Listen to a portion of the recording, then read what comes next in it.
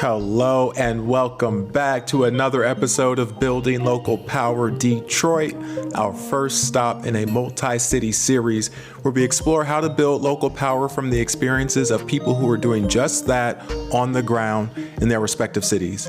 These are the people who are proving what's possible when a community comes together to shape its future. We'll talk to community leaders, advocates, activists, entrepreneurs, and elected officials, all who have powerful stories about the drive to write Detroit's next chapter.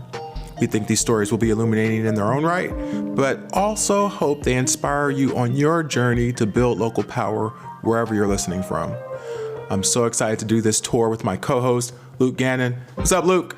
I am so excited too. What's going on, Reggie? How are you? I'm great. I know you're just as excited about this episode as I am, but it takes on a special meaning for me because it's an episode about food, and I love food. I mean, everybody loves food, but I truly have this special relationship with food. And Luke, I know I keep throwing old nostalgic music at you. Do you remember this old Boyz II Men song, Mama, a song for Mama? Reggie, you taught me everything. You taught me everything, yeah. Of course I remember the song. Okay, good. So Boyz II Men, although originating from Philly, they were signed to Motown Records, so there's your Detroit connection. But there's this line in the song about, the loving you is like food for my soul. And, it's on the Soul Food movie soundtrack. But that line hits, especially today. I thought about it for this episode. The way that food has a way of stitching families together, communities together with sort of love as the fabric. We talked today to a leader of a food co-op in Detroit. And boy, does she embody everything about that essence of love and community and the power of food to sustain it and hold it all together. I truly can't wait for you to hear her story and message. So, Luke, why don't you go ahead and take it away? Thanks, Reggie. It's true. You really said it all. So with that, let's jump right into Lanay's story. Here's Lanay. My name is Lanay Gilbert-Williams. I am the board president of Detroit People's Food Co-op, a Black-led community-owned grocery store that'll open this year in Detroit. I am a native Detroiter, so born and raised here. I have birthed all my babies here. My parents are here, my family is here, so Detroit is home for me. I am probably like many Detroiters, one who's had a childhood filled with the trauma and love. My mother was a single mother of my siblings and I. She had been on drugs. She'd gone through recovery. My siblings and I, my sisters, we were teen moms. I've gone to 13 different schools before graduating high school, right? So we've moved even more than that. We were moving like every year and a half. Detroit is in my bones. It's what I know. That's why I'm still here. It's what I know. And it's a villagey type city, right? So it's a big city, but we are comfortable around each other. Like any city on the planet, all the shadows roll together. Everybody in the light rolls together. So, Detroit is home. I love the way we do. It's a love-filled place. You wanna know where my home is? Let me set the record straight. Baby, home is where the heart is. Well, my mom, in going through Narcotics Anonymous, growing up, as children have always seen her helping people, being around people of different ethnic backgrounds. That's how NA and AA goes. It's just everybody shows up and they're open and they're vulnerable and they're supportive of each other. I've always seen my mom in those spaces, always. I don't remember my mom not being the person that she is, even when she was an addict. She's literally always been her. And so she is loving and she's helpful. I've gone to her house before and she say, hey, meet so-and-so. I met her at the dentist's office earlier and invited her over for dinner. When we were younger, she used to stop and pick other moms and children up who are walking with groceries and say, kids, move over, get in the back. We're like, oh, here she go again. And she a little itty bitty thing. She like 117 pounds. She like 5'2", 5'3". But this is just who she is. She's absolutely phenomenal, and she's still that way today. She's a mama through and through. She's a community mama through and through. And so all of my siblings, we are that type of people. We're community people. Anybody who knows us know, like, oh, we can walk into a space and we're going to be serving in some type of way, or people will know us in a short amount of time. But that's how my mom is, My dad, if you live in this neighborhood, everybody knows who Mr. Gilbert is. Oh, you're Mr. Gilbert's daughter, right? So for both of my parents to say their name to anyone who knows them, it opens the door. It automatically builds trust between you and them because, oh, I know your mama. Oh, I know your daddy. They know all their neighbors here in the city of Detroit. They're those type of people. The idea for Detroit People's Food Co-op was inspired by an allied organization called the Detroit Black Community Food Sovereignty Network. At the core of both of these organizations is community. This is an organization that has been knee-deep in the fight for Black food sovereignty here in Detroit for well over a decade, right? So the importance is to ensure that in this predominantly African-American city, the people in this city have a space and opportunity to govern their food system. Detroit People's Food Co-op is 14 plus years in the making. So it's a Detroit Black Community Food Sovereignty Network that put together the steering committees, went out, did research, raised the money for the market studies and things like that. So this is important. This co-op is important for a number of reasons here in the city of Detroit and even in the neighborhood in which it's being built. The building itself is co-owned by the Detroit Black Community Food Sovereignty Network and another organization, Develop Detroit. So the co-op is an anchor tenant in the building. So that organization envisioned the co-op, and then once it was created, it's become its own entity. So in this $22 million building, $22 plus million building, we're the primary tenant on the first floor, and this building was literally built to house the co-op, so it's built to suit. Food is essential to life, and it's not just the physical nourishment. The cooperative is constructed by and for the community, working hand in hand with local vendors and farmers to ensure that dollars remain within the community, circulating and fostering local economic sustainability. The city is predominantly African American, and the majority of the grocery stores, the gas stations, all of the stores, period, are not African American owned or run. Right? In this historically Black city, this is not something that our children are used to seeing. It's important to give people in any community the right and the opportunity to govern their food system. Food should be healthy. It should be affordable. It should be culturally relevant. If you go into a Hispanic grocery store, an Italian grocery store, an African grocery store, you will see foods that are relevant to that community. That is not something that you see in the city of Detroit. That is not something that our children are used to seeing. Our children are not in the habit of seeing the adults in their community create the solutions to the most basic issues in the community. It needs to happen.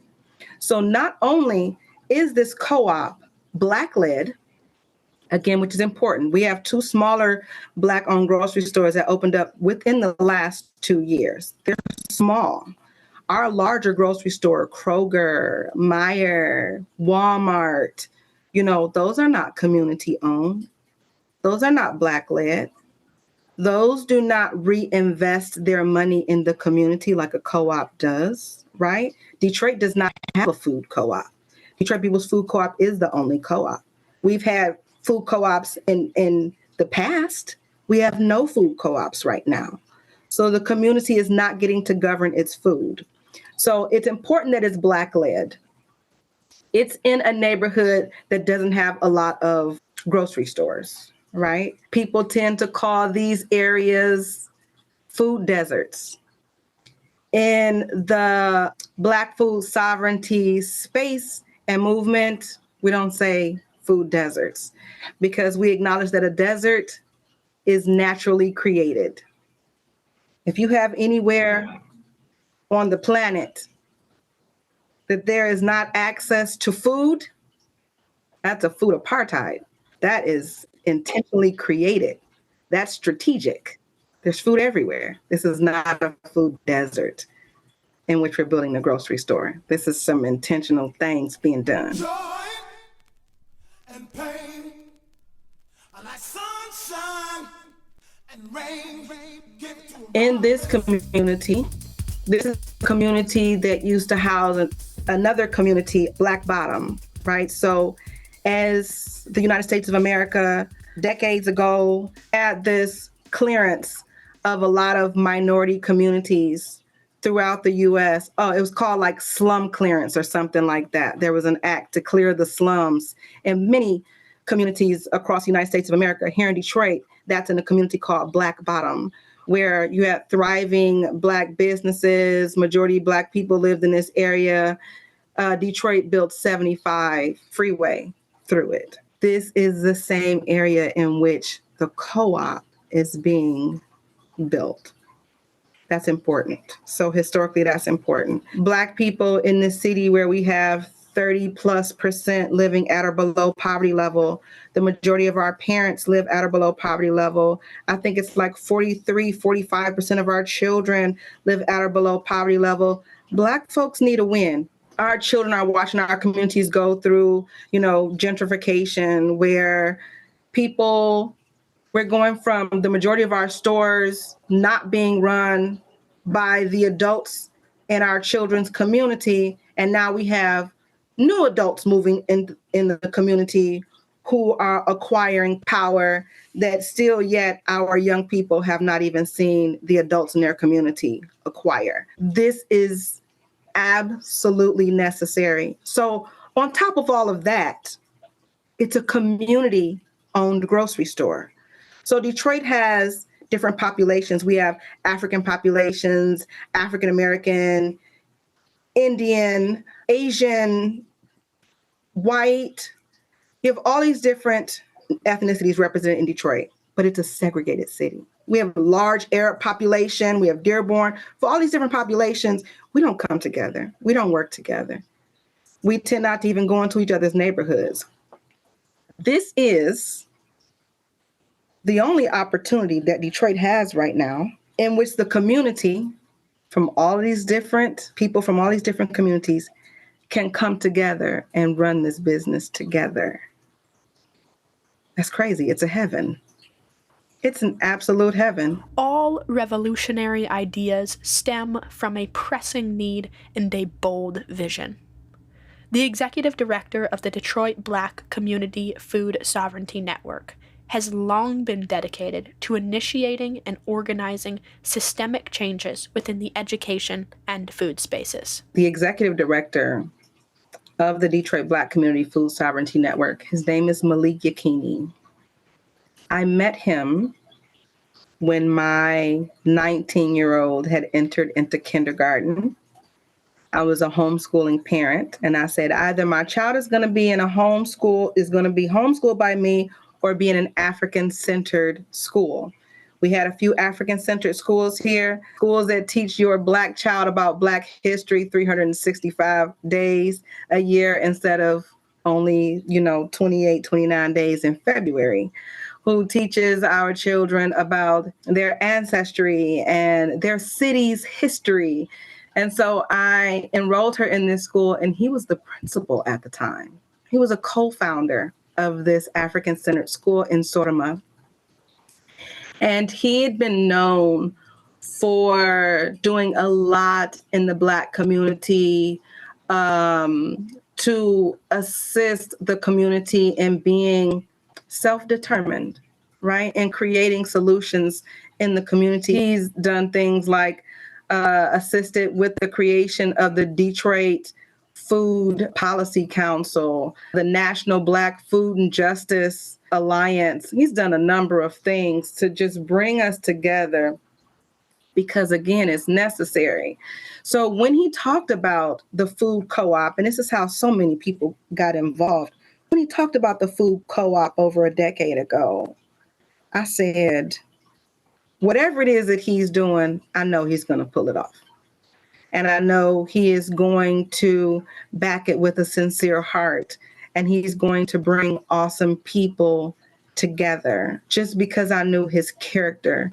So I am in the habit of collecting elders in my life. I love to gain wisdom. I like to listen to it. I like to listen to the stories and the history. And he is one that I've gone to time and time again over the years to ask questions about serving in the community. Where do you think I would best serve in the community? How do you think I could help out? I would randomly send him messages and he would just randomly answer. It's always available to give some tidbits of wisdom. So when he talked about the food co-op, it was just a thought, but I was like, hey, where can I pay my money? Right? So many of us were like, take my money. Someone asked me recently, how did you get this many member owners to invest in something that's not even built yet?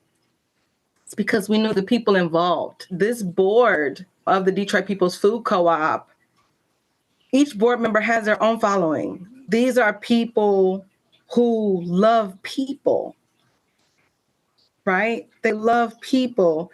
And in loving people, they also love themselves and love their community.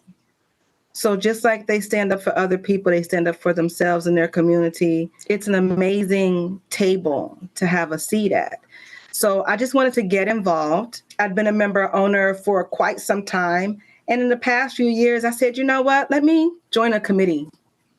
Let me prioritize time. We have enough time to do everything. It just depends on how we prioritize it. Let me prioritize time to add on to the Detroit People's Food Co-op. I am a mom of 6. It is important to me to be a living example of the principles that I teach to my children.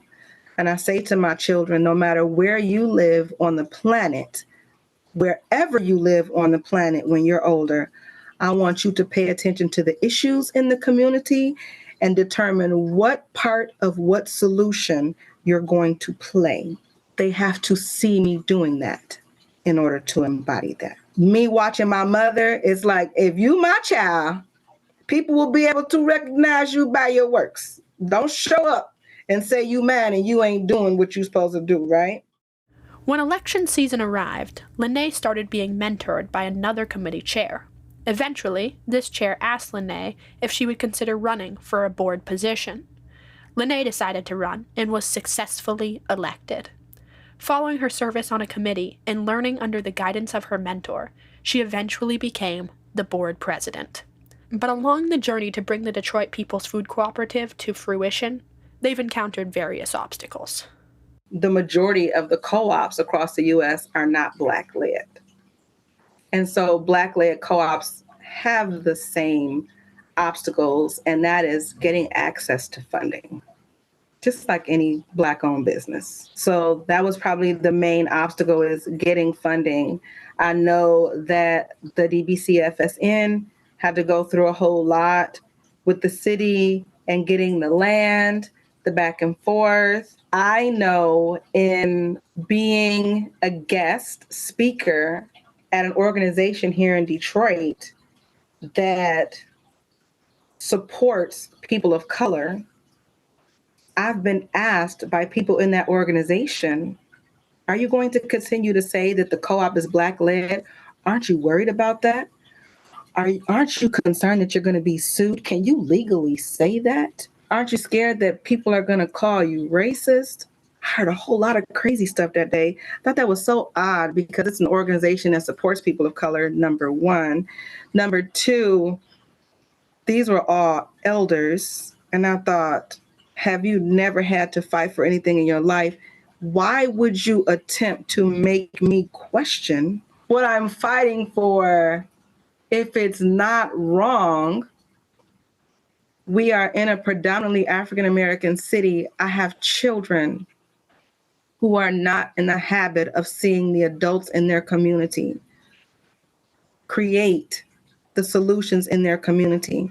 They see the killing of unarmed Black men. We're in that whole era where not only do these things happen, but they're widely publicized and social media makes it even bigger. Our babies don't see us doing big things for us in our communities.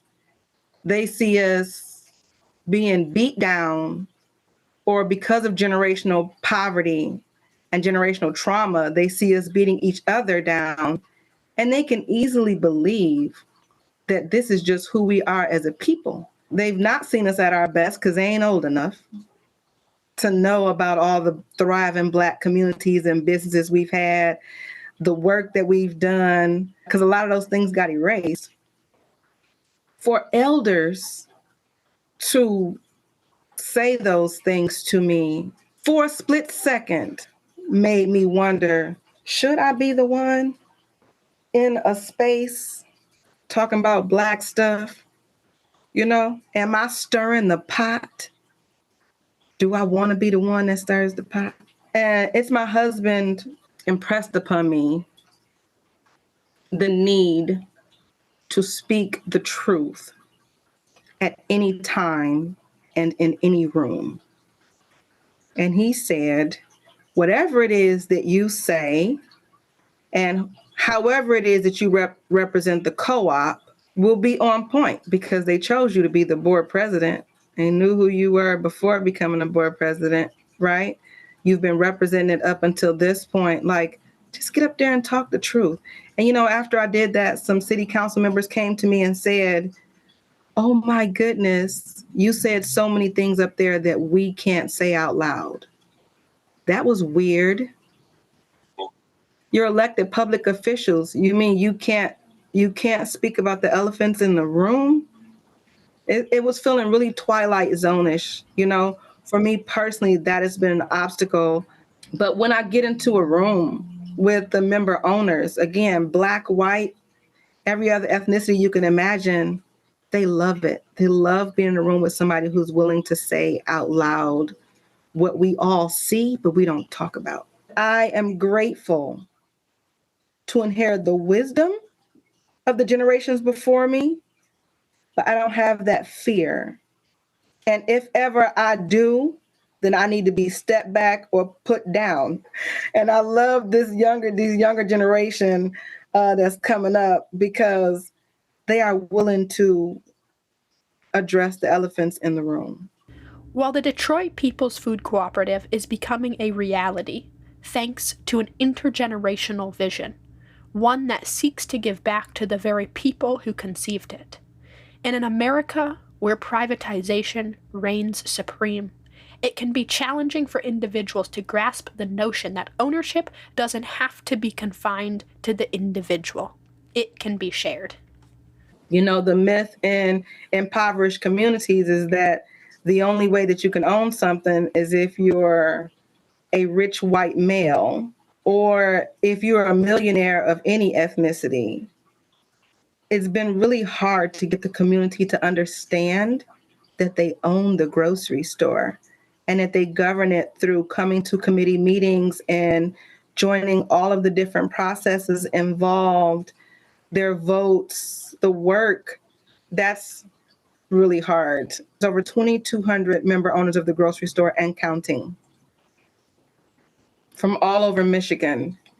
It's really hard to get people to wrap their head around this business model that you can come together, pull your money together, and you can move mountains. They're not buying that. And that's hard. Despite the challenges, Lanay continues to be motivated by what the co-op means for the Detroit community. Self-reliance in a city. It means to me that those in the city, again, are creating solutions from within the city and supporting each other. We are circulating our money in the city. That's not something that's happening in Detroit right now. We have many business owners who come into the city, they make money, and they take it right back out of the city. A self-reliant city utilizes its resources to care for itself. Detroit needs that. It is important for a city to grow its solutions from within the city, solutions that are relevant to the residents in a city. And that's how I see a self-reliant city. Now, when it comes to the co-op, we accept vendors. We've been accepting applications from vendors all over the state of Michigan. On our application, it states that we prioritize local vendors. We also prioritize vendors who are people of color. It is very important for people to know that when they shop in the Detroit People's Food Co-op, they are putting money in the pockets of people in their community. In this grocery store, you will have local products, local vendors. We'll be feeding families in the community. We're looking for staff members from within the community. So we're adding to the self-reliance of the city. At the heart of this vision is a simple principle: love. It's a book that was in my mom's bookshelf when I was younger. I think she used to go to secondhand stores and buy a gazillion books. And she was one of those moms where if you said, "I'm bored," she'd say, "Go read a book." And so there was a book titled Love by an author, Leo Buscaglia, I believe an Italian author. And he actually studied love so much that he was giving college courses on it. That's one of those elephants in a room, right? We all have experienced love. We all talk about it. We don't talk about it, right? How it influences us, how we utilize it, how it shapes the world around us. And that was a book at 12 or 13, changed my life. And every few years, I read it again just to remind myself of how important it is to love on purpose, to prioritize loving. And for me, again, as a mother, I talk to my children a lot about fear. And I believe that love is an awesome solution to combating fear. So I say to my children, sometimes if you watch the news, you will see that there's an agenda going on to make people hate each other, make us fight each other, make us fight ourselves. And I want you to know that's strategic. You have to focus on love. You have to love yourself. Again, you can't fight for Black food sovereignty if you're Black and you don't love being Black. I love other people who are not Black, and I love myself. I love my children. I love my community, right? And so that fuels me to be in spaces and speak about the importance of us loving each other and loving ourselves, loving the differences that each of us has, respecting that we are different. No, we are not all the same. You cannot love a person if you're not willing to see their differences and what makes them them. So the Black community should be allowed to be Black, however it defines that. And so should every other ethnic group. And then we should all bring our A game, what we love, to the table and share it with each other. That book inspired me to do that as a young child. Oh, there was so much wisdom, history, knowledge, and love in this story.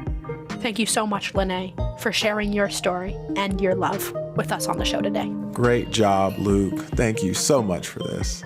And Lanay, we see you doing big things. Thank you. And thanks to all of you, our listeners, for tuning in. We'll be back again in 2 weeks with another story out of Detroit. But in the meantime, check out the show notes from today's episode to dive deeper into what we discussed today. And as always, you can visit ilsr.org for more on our work to fight corporate control and build local power. Or just send us an email to buildinglocalpower@ilsr.org. Let us know what's on your mind. This show is produced by Luke Gannon and me, Reggie Rucker. The podcast is edited by Luke Gannon and Taya Noel. The music for the season is also composed by Taya Noel. Thank you so much for listening to Building Local Power.